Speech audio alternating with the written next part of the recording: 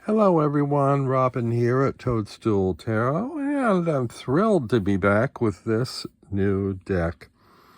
I discovered this deck on Danny Mystic's channel. She didn't yet have a walkthrough of it, although I hope she soon will. And she just flashed a few cards and I was intrigued. I believe I ordered it through Game Crafter. And it's called the Age of Witchery Tarot deck by, where are my glasses? By Roger J. Horne. Now, he has written a number of books on witchcraft and cartomancy. I have yet to read any, but I am intrigued, so I very likely will order one or more to see what he has to say. Comes in this tuck box, was a little bit difficult to open. I had to use a letter opener to keep from tearing the corners. There's some imagery on the sides of the box and the ends. And let me just read what it says on the back. Read the guide to the cards, rogerjhorn.com/AOW. Not sure. My lighting's not very good. The Age of Witchery is now. Oh, I can't read this. I'm sorry. It's too dark in here. Oh, wait a minute. I have a flashlight. I really do need to invest in better lighting. There we go. The Age of Witchery is now, combining original illustration with meticulously collaged woodcuts from the 1700s.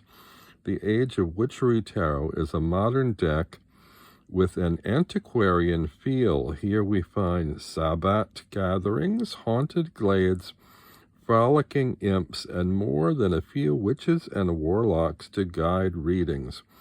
Designed by witchcraft author Roger J. Horne for the modern cartomancy with a taste for historic occult art, the Age of Witchery Tarot offers its otherworldly wisdom for the growth and contemplation of witches and non-witches alike. Roger J. Horne is a writer, folk witch, and modern animist whose work focuses on his Scottish and Appalachian folk magic ancestry. He is the author of Folk Witchcraft, The Witch's Devil, A Broom at Midnight, and other works. Read more at rogerjhorn.com. Was published in 2023, so this is a new publication. And the thing I love about this deck, it's right up my alley.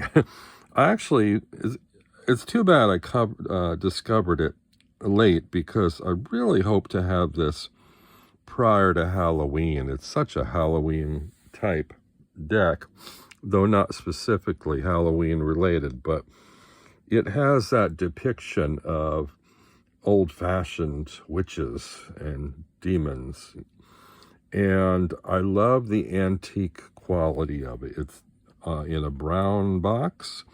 The cardstock, the backs are this sort of star-like design, or asterisk kind of, on black on brown. It's a monochrome deck.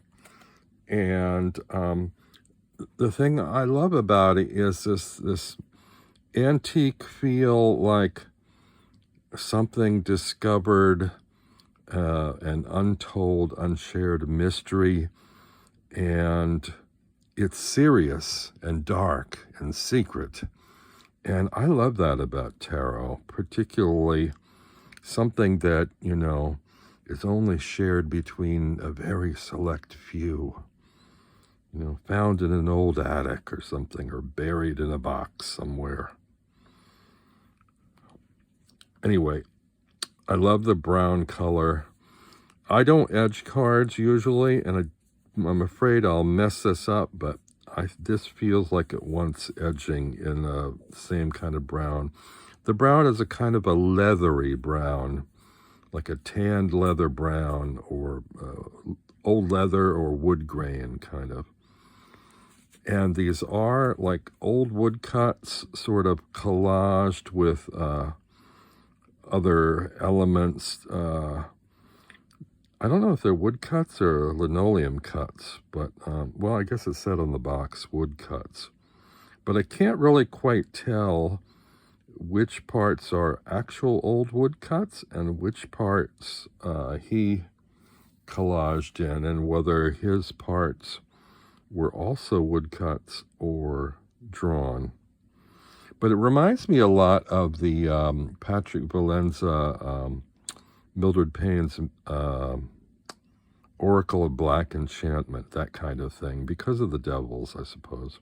So here we have the Fool.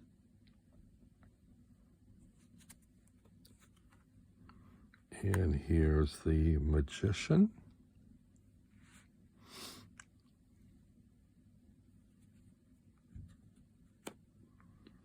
The Popess. It's sort of modeled after a kind of a Marseille deck, I guess. Very old world, traditional.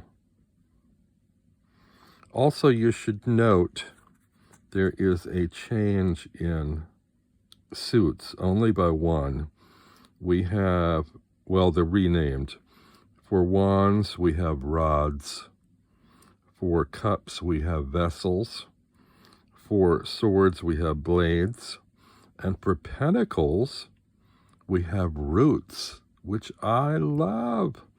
I never quite understood why we have pentacles for an earth sign. Pentacles are made of metal, which, yes, does come out of the ground. However, it's not naturally out of the ground. I mean, we take the element and then melt it down and pour it into a mold and make coins or whatever.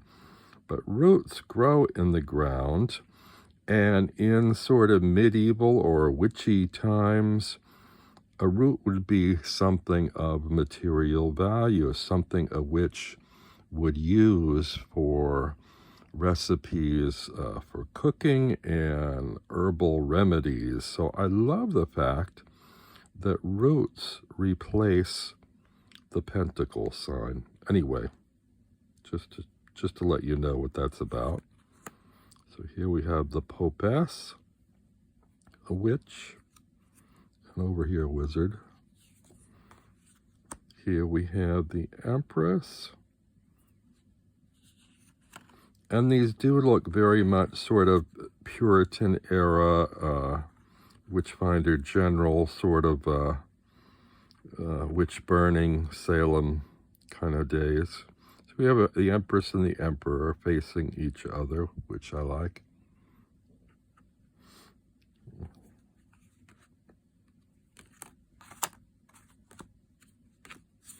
The cardstock, by the way, is a little on the thin side, but I don't mind it. I think it's comparable to, say, a Lo Scarabeo or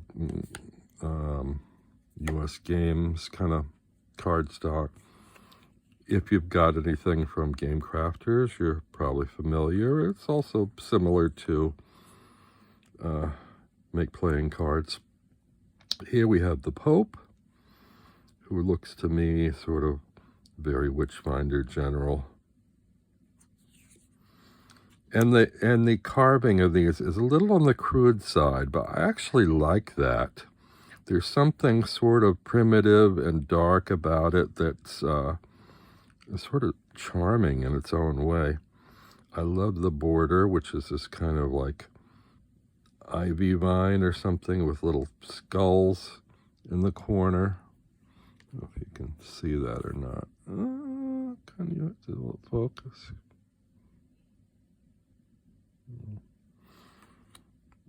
the Lovers. Here we've got the Chariot, which is great. This devil on a flying broom. There's movement in that as a chariot.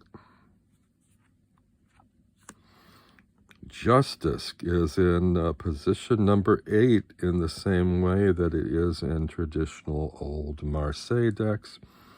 This isn't traditionally a Marseille deck, so to speak, but it is a pip deck and does follow tradition. And tradition is another one of those things that seems appropriate to this antique-y looking woodcut deck. Here we have the Hermit with his lantern, or her lantern, I can't tell, doesn't matter. Here we have the Wheel of Fortune.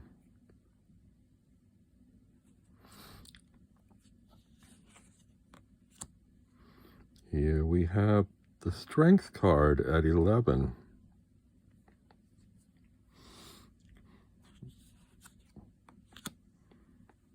The Hanged Man.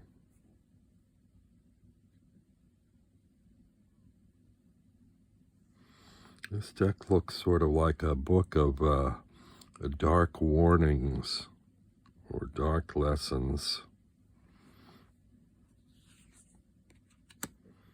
Here we've got at 13 and unlabeled, other than the number, the Death card. That's also traditional.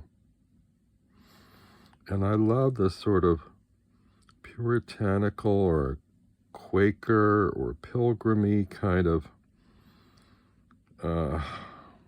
clothing that these people are wearing. Temperance. Doesn't this look like Patrick Valenza's style, kind of from Oracle of Black Enchantment? And the actual devil himself behind a table with offerings on it and a couple there drinking and perhaps tempting them or offering choices. The Tower.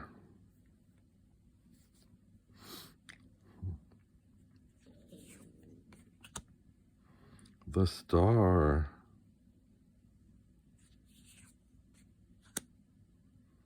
The Moon. I love the face on this moon. I'm very tempted to get a tattoo of this particular moon face. Would you look at that?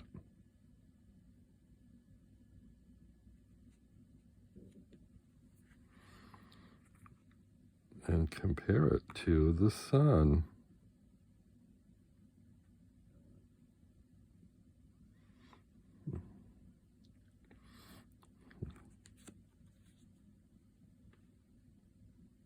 I can't wait to use these cards. Judgment, we have a sinking ship and people at sea with a devil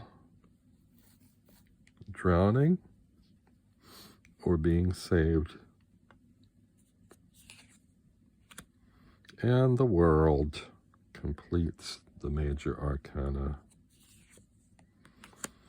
Now we have the Wands, or Ace of Rods, and this is another reason I love this deck. Included in the Wands of various shapes is this kind of traditional crutch shape. How perfect is it for me? If you don't know, my last name is Crutchfield.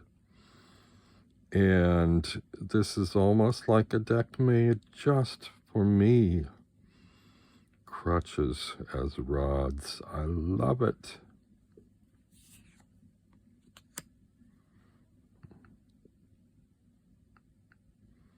Now these pips are collaged.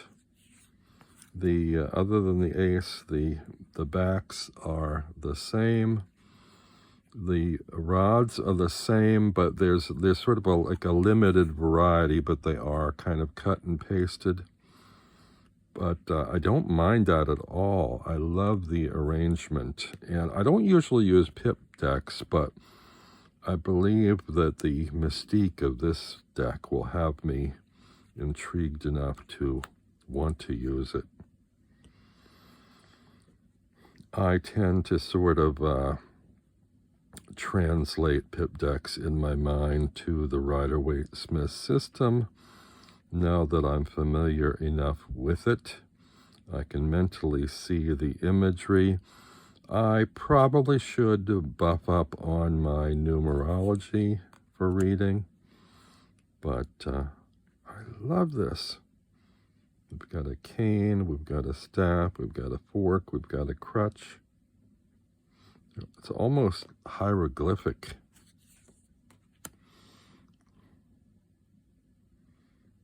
And I love the arrangements of these. 5, 6.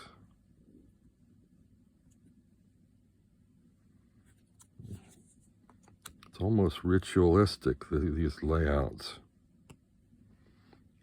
7 of rods.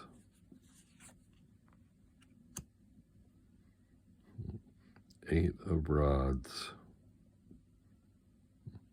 I should look up traditionally what they mean when they use the word rods versus wands or batons or staffs. 9 of rods. 10. Then we've got the court cards, and the courts all have masks on them, which is interesting. As if they don't wish to be revealed.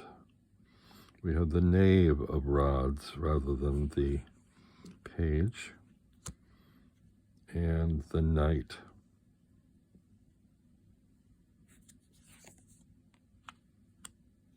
The queen with a little dragon or demon,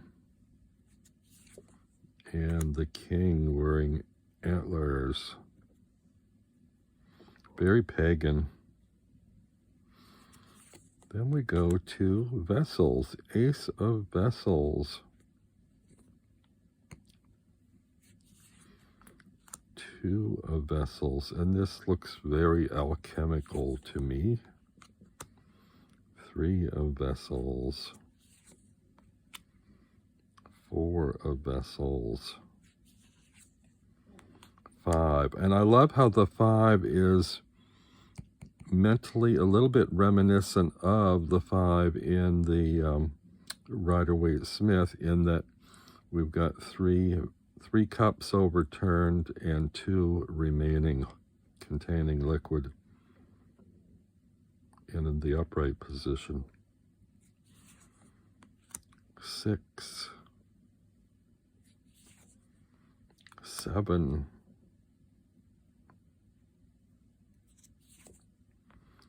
8. Yes, there's repetition in here, but just enough to keep my interest. Enough variety, I should say, to keep my interest. The 9 of Vessels, and 10.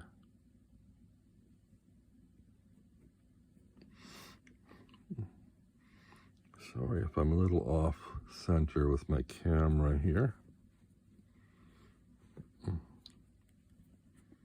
But I trust you're following right along. If I didn't mention already, I love the color of these cards. The texture of it looks like tanned leather or possibly wood, but it doesn't really have a wood grain. This is the Knave of Vessels, the Knight, the Queen with a toad on her lap, And the king, again, another king with antlers or horns. Next sign is swords or blades. There is the ace of blades. Two of blades.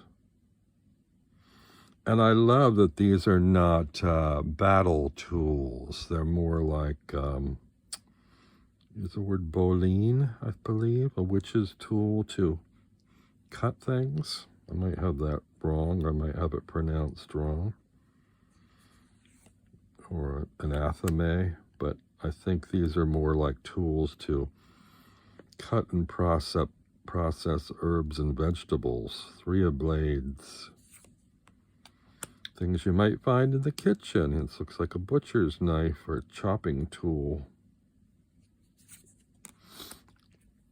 So it is a very folk witch, practical home magic hedge witch kind of an oriented deck, which I love. I love that sort of nature of the secret solitary witch who lives in a cottage, thatched roof cottage hidden in a dark wood. Eight of blades. 9.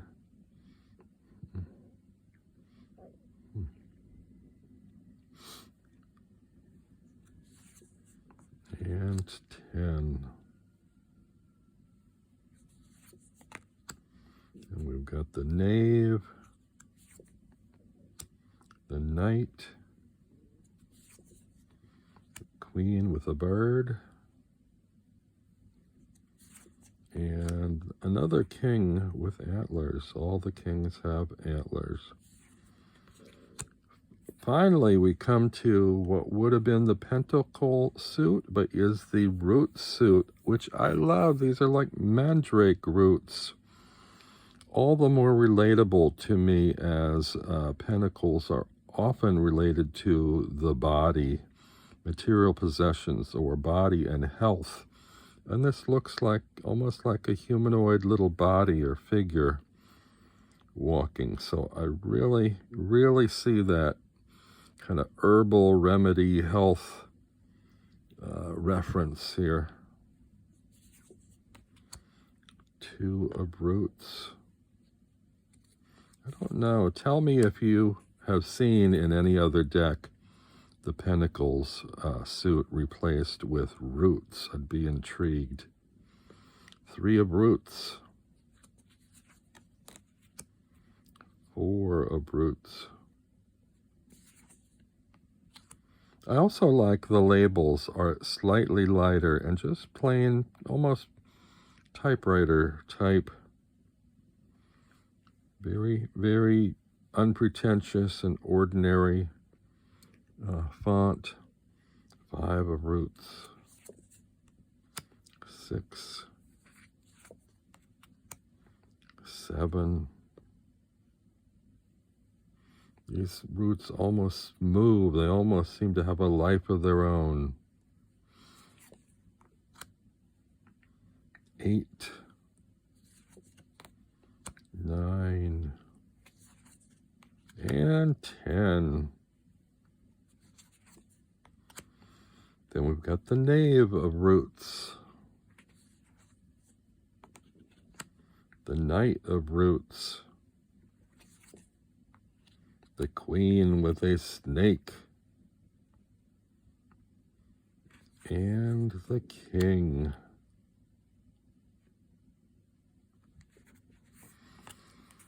I'm curious what you think of these cards. Let's see. I'm an overhand shuffler, and they shuffle very well overhand. They glide nicely. I think they would riffle shuffle rather well. If I could riffle shuffle, but I don't.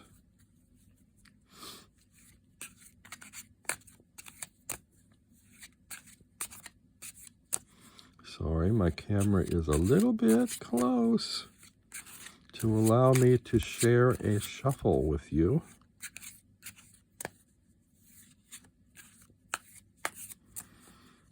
So these are not well shuffled, but let's see what we got here.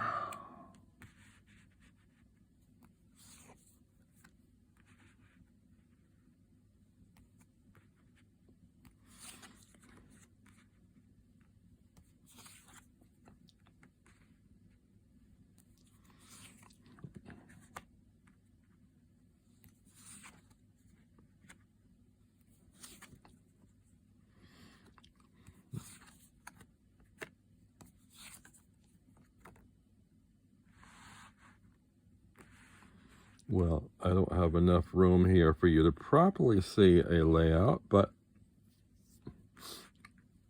I don't usually use this many cards anyway. I usually use 3 at a time. Still, I think you can see what they look like. Let's try another spread here. The 5 of rods. 6, okay, yeah, not shuffled very well. 7.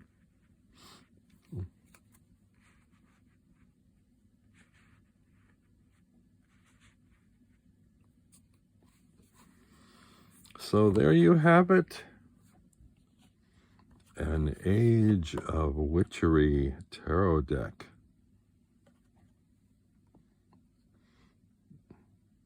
I didn't think I was going to buy any more decks after my big haul at the end of the summer, but happened on this one, and if I find any more unusual eclectic decks in the nature of this antique-y looking deck, I could be tempted. In the meantime, this may be my early Christmas present to myself. Shouldn't say that, we're only in the first week of November, but I don't foresee any other decks on the horizon as of yet. Anyway, thank you for joining me. I am very thankful to have discovered this deck and can't wait to use it. So I hope to see you all again soon. Have a great week. Have a great month of November. Give thanks as I give thanks to all my subscribers. Please like and subscribe if you enjoyed or got anything out of this. Thank you again. Until next time, goodbye.